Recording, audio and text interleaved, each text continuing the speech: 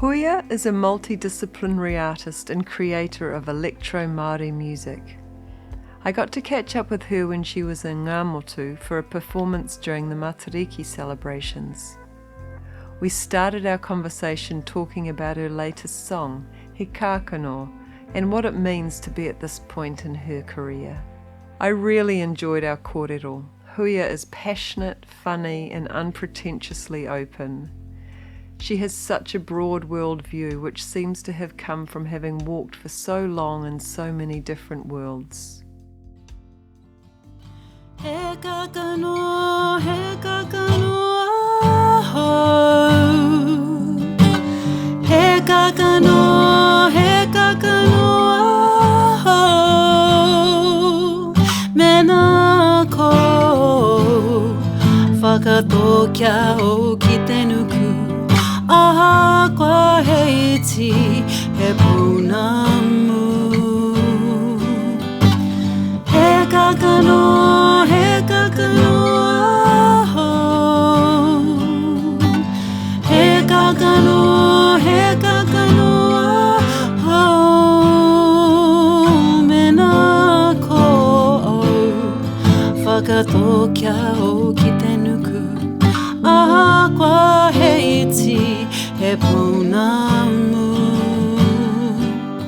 Whakatōkia o ki te roura ko o te nuku.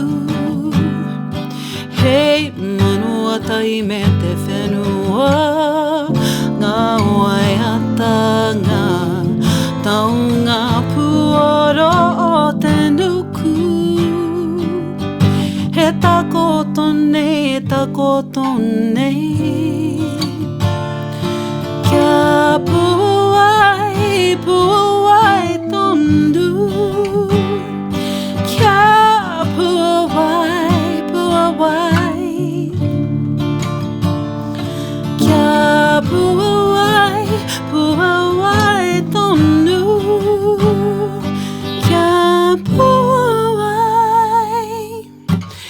He Kākano, He Kākano, oh. He Kākano, He Kākano, oh. Mena ko whakatōkia o ki te nuku. Aha kwa heiti he punamu. He Kākano, He Kākano, oh.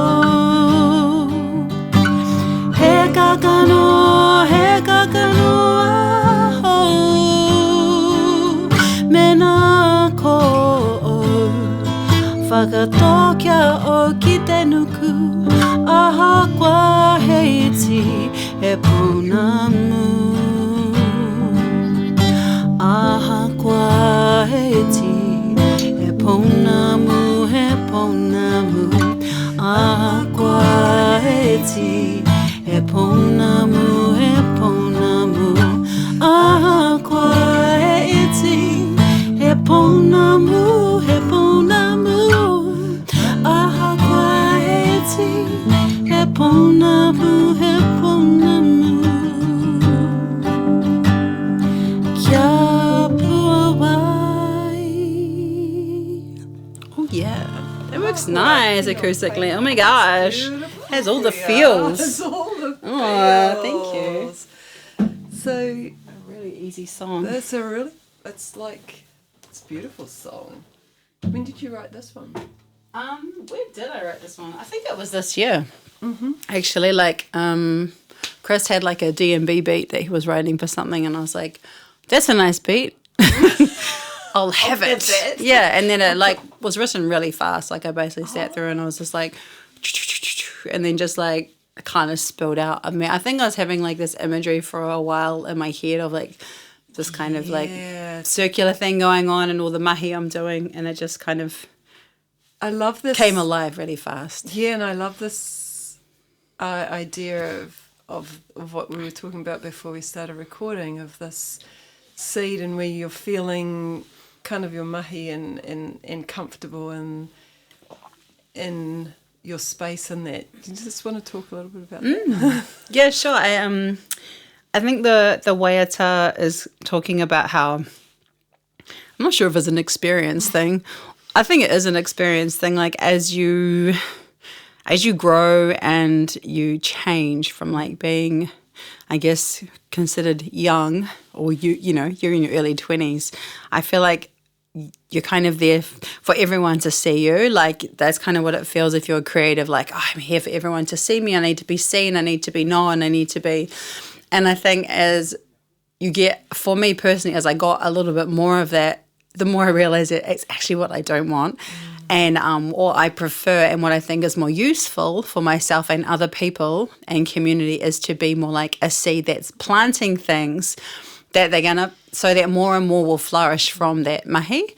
So the work, I guess the mahi I've been doing in life in like a creative zone and maybe just with travel is planting all these seeds and setting up pathways for future blooms, not so much right now, like not the immediacy of things. Yeah. So I think that waiata is really just talking about how things you plant now, it's not really about quick, results like, oh, I'm going to do this and this is going to happen and this is going to happen. I feel like at 45, I prefer planting seeds for like future projects and things that are going to go on for a long time. Like unless they have to have a long effect for me to want to be involved. To put energy into it. For sure, yeah. So that idea of all the potentiality of a seed. Yep. And where that can then... where it grows. And I actually can see where those things are starting to grow now, and it's really exciting to see like work that me and, my husband Chris, the work we put in even 20 years ago or to different people, it's really now that we can see all those things flourishing, and it's so rewarding to be part of that process quietly. We're not like sending out press releases like, oh, we did this 20 years ago and now this is happening. It's like, it's not about that. It's a quiet, like a slow burn. Yeah, it's a slow burn. It's quietly successful. I quite like that. I think it's a really satisfying. I really love that, and I really love that in contrast to now, when everything feels like it has to be quick and it has to be current, it has to be instant, it's like the equivalent of the slow food movement. For sure. Of going back to something that feels like it doesn't have to be immediate. It can take a generation. It can cycle through. It can be a process, and there's richness in that. Yeah. There's richness in that, not just in like what you say, the quick, what you see, quick fix. The what you see. Yeah, the quick dopamine hit. I don't know. It's just a different time for me anyway. Especially, and as a singer, as a mum, like my focus really went to my tamariki for about. Manaki's 8 now. I think it's only the last kind of year or so I've been like, okay, I can actually leave a bit for some time and do this extra mahi that I've been kind of called or asked to do, and supported in doing. And it actually is so exciting. Yeah, that I was chatting, that whole thing of balance, of giving everything its weight in accordance with what it, that's the constant need. thing. The need, and like, where am I going to put my energy? What do I want to choose? There's some discernment in there. For sure. That's what I'm hearing from you. Yeah, for sure. Because I feel like everyone's energy is so important, and it's all so helpful. And so it is it's a gift to give someone your time. That is like, it's rewarding for you, but it's also for someone to do things for you or to hook you up or to connect you with someone. Like there's a lot of weight in that. And I feel like it's also nice to do it from your side, but it's also nice. Yeah, it's nice to receive. And I feel like the more you do, the more it comes back in. I definitely can see that in real time at the moment, which is quite overwhelming and exciting. Sometimes a little bit scary. Because opportunities coming back in is like, whoa, this feels like way big. Yeah. And in some ways not even important as well. Like, who cares? Like, I'm just doing stuff. I'm still doing this. But... I'm just living. Yeah. So have you always been a songwriter? Oh yeah, I definitely. We were just talking about this coming down because it's a 5.5 hour drive from Tamaki, from our place in Waitakere as well. Like we're on the west, so we got to come all the way through Tamaki to come down here, which I love. Ngā Motu. It's one of my probably the only other place I'd ever move in Aotearoa for sure. It's too. If I didn't have my own home in Titirangi, it would be on my list to come and live here for sure. Is that, the kids are in the car. My son gets a little bit car sick, so he can't look at any iPads, and he's just sitting there singing away to himself. And I'm like, that was me, literally in the car, like singing from when I was really little to entertain myself and to tell, and he's babbling little stories. I can hear him. He's making games out the window. I'm like, this is literally the same as me. So yeah, I was that kid in assembly at his age, getting all my 5 friends together.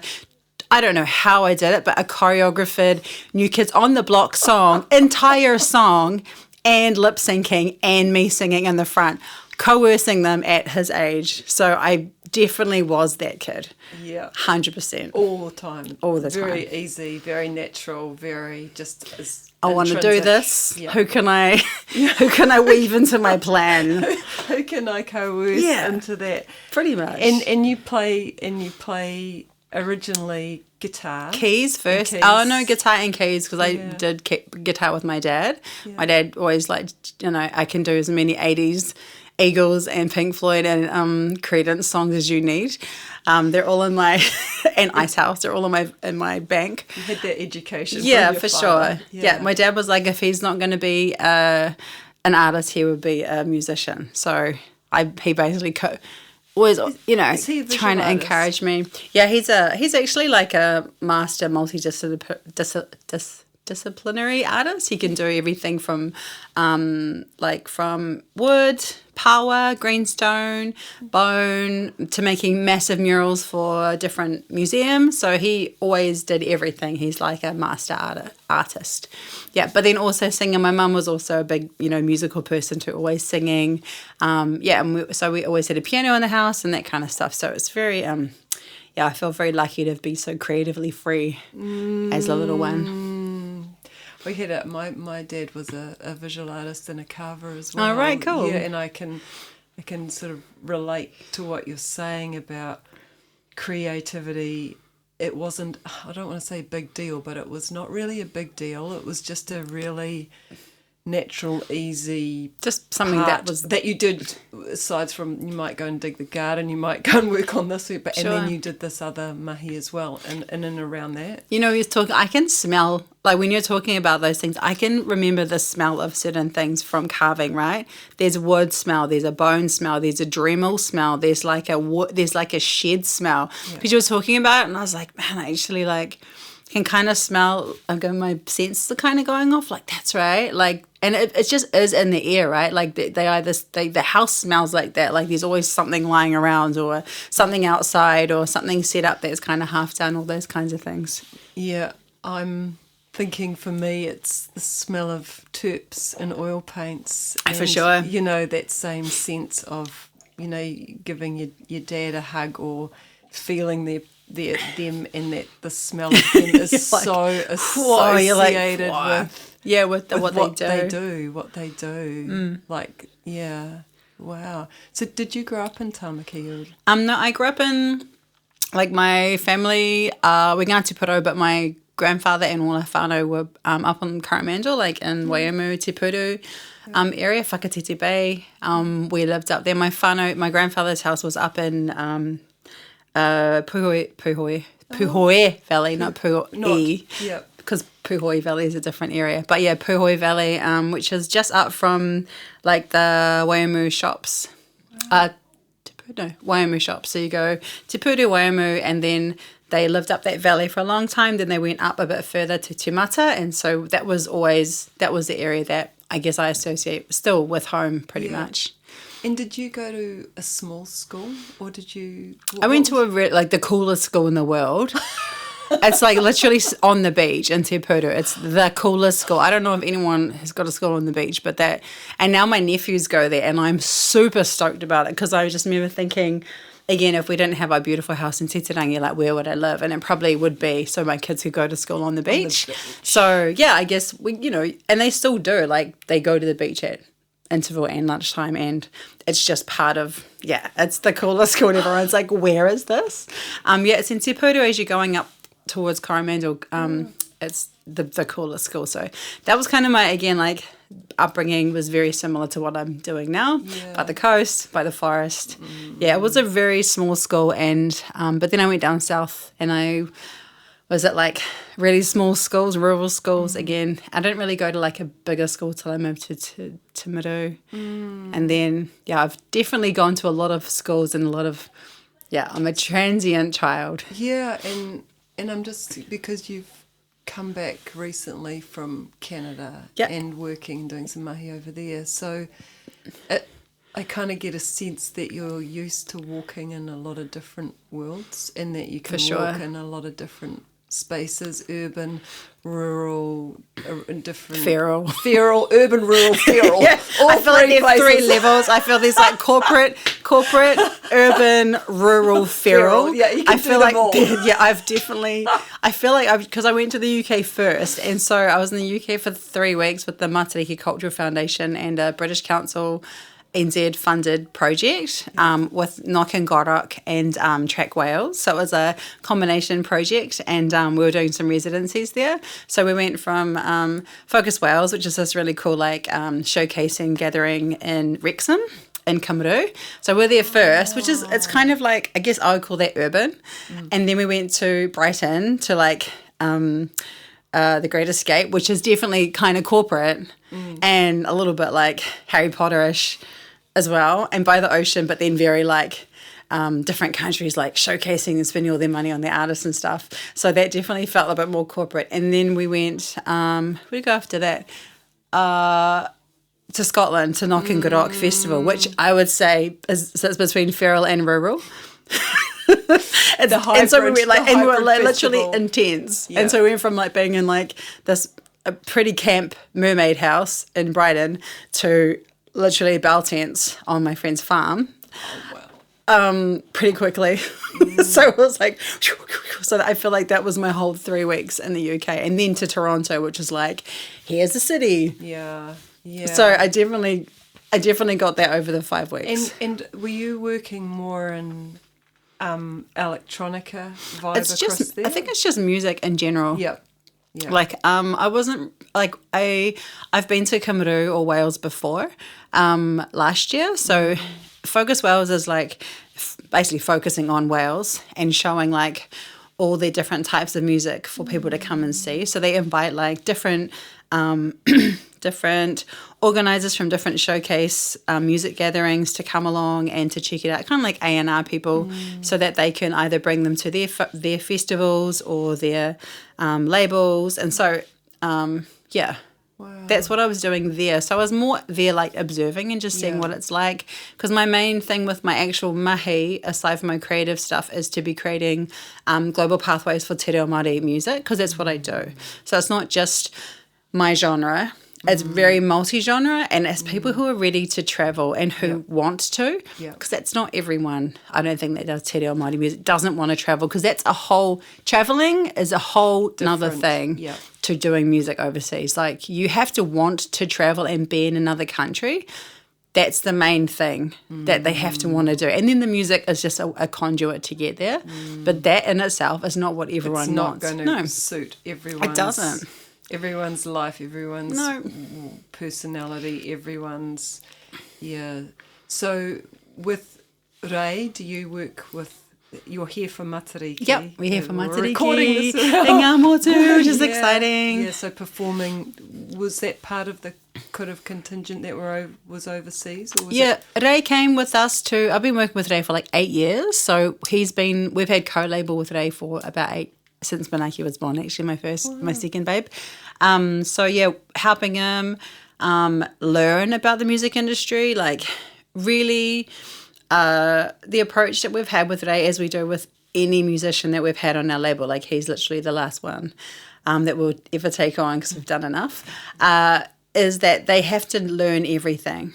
Like, they have to know everything. Everything is transparent. They have to know the systems. They have to be involved in all the systems, because ultimately we don't want them to have to go through us or relearn again, or have to go through someone else and not understand splits and understand agreements and understand social media and understand relationships. Like, it's always a very, like, we're here to help, but you got to learn for you. So this is back to your kākano, your seed. Yeah, for sure. Idea. The same thing as you're sowing these seeds that are then going to be, they can go on to bloom do their themselves, things, without us.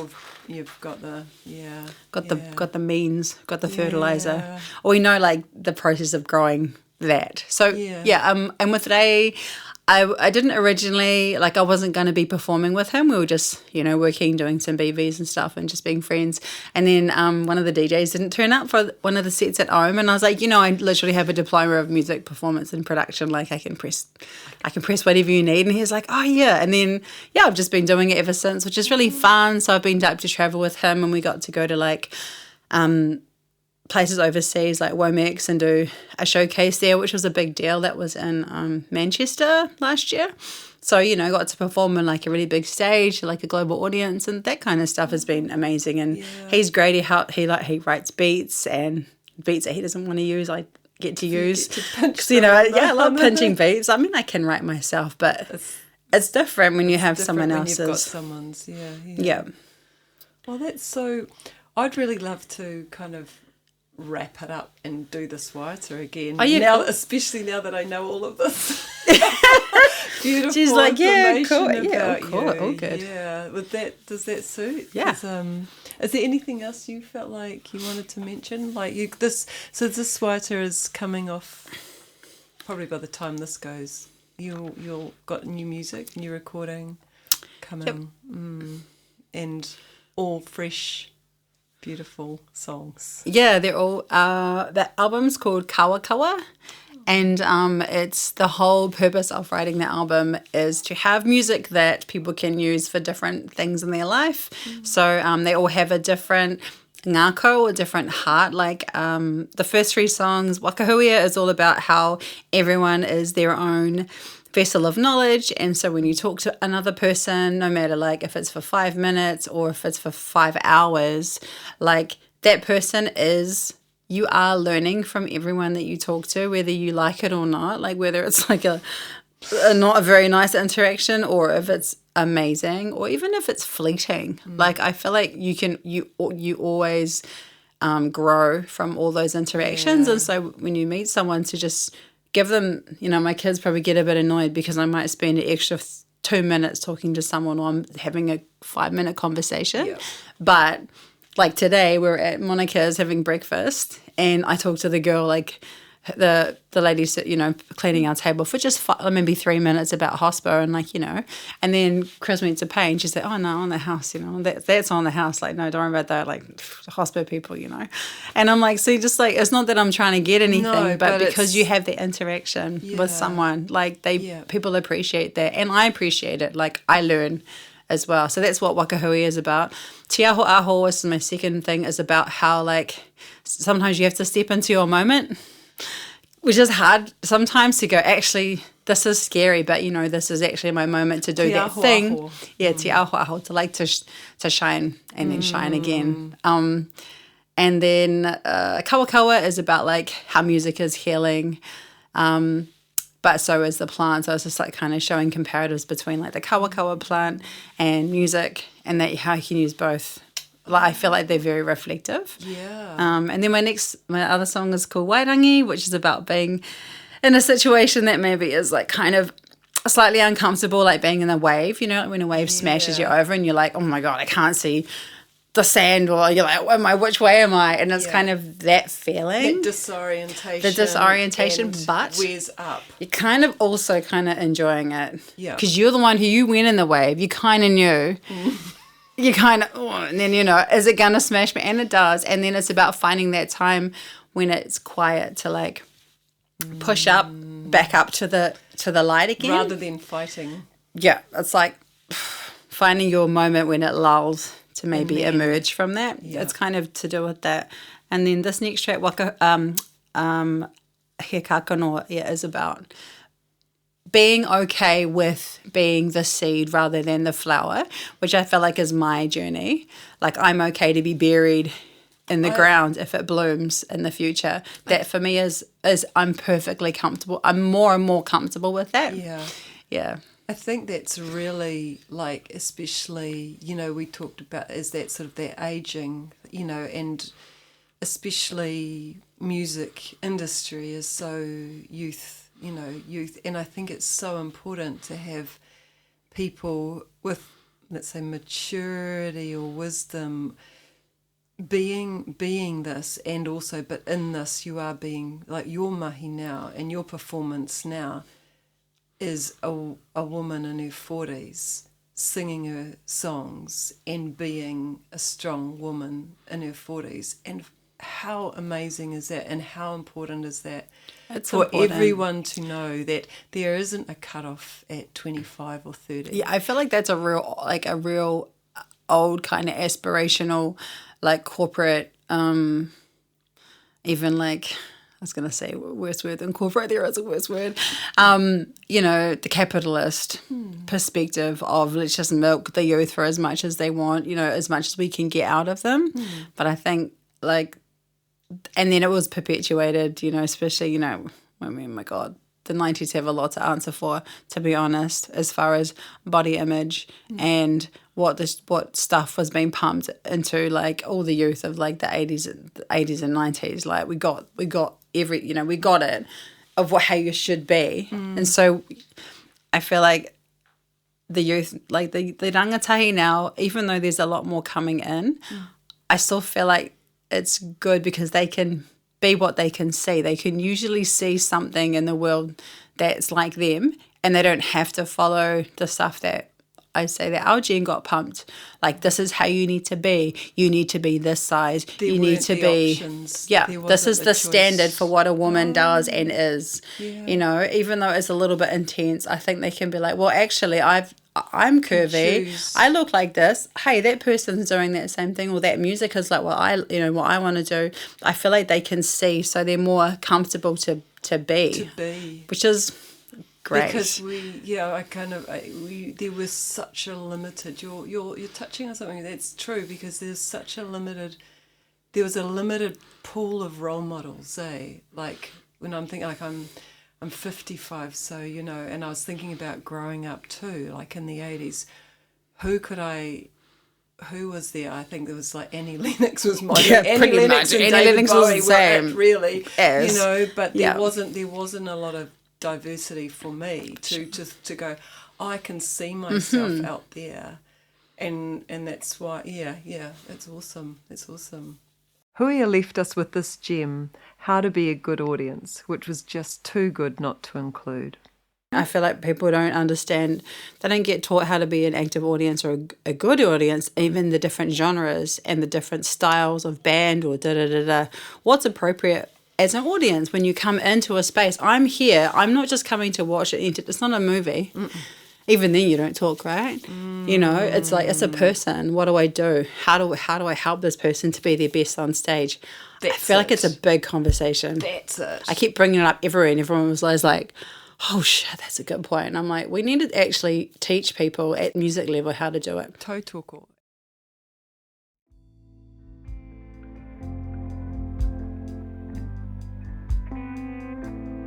You've been listening to Talkbox Sessions, recorded and produced by Sam Johnson at Rhythm Ace Studios. I'm your host, Juliet McLean, and this is one of a number of conversations I've had with musicians. If you've enjoyed this episode, listen out for more.